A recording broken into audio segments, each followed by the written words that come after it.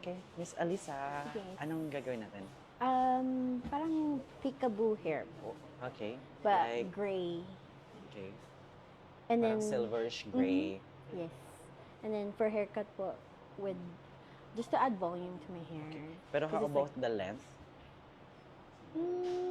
probably like this short. If, Short ko na. Mhm. Okay. Maybe Not too short, pero ano lang. mga, ito yung pinaka Yes.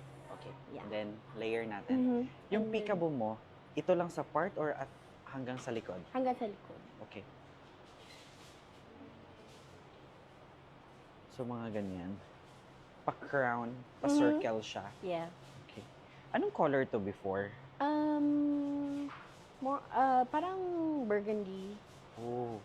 Burgundy kasi is parang may red undertone. So, mahirap siya i-lighten. Hindi naman siya mahirap lighten up. Mahirap mawala yung pagka-reddish undertone niya. So, let's see kung hanggang saan kaya niya. Yeah. Then, doon kasi ako magde-depend sa pagka-gray. Ha? Pero ito for sure, magiging parang silver talaga siya. Okay. Kasi nga may previous light ka na. You want sagad ba sa roots or wag? Sure, yeah. Sagad natin, medyo mahapdi siya. Okay na, sige. Aside from burgundy before, color lang yon. Walang straightening, walang No. keratin, just a Wala. color lang. Okay, maybe shampoo first. And then, yung sa top pala, anong color to? Darken ko? Natural dark? Pero hindi black yung ilalagay ko ha. Nagfe-fade lang siya into brown. Yeah, that'll be fine, yeah. Okay, sige. Basta more on dark, hindi na siya ganito. Okay, sige. Maybe shampoo first muna ha. Okay. Yan. Kamusta yung pagka-silver? So beautiful. Yeah. Ganda. Thank you. Thank you.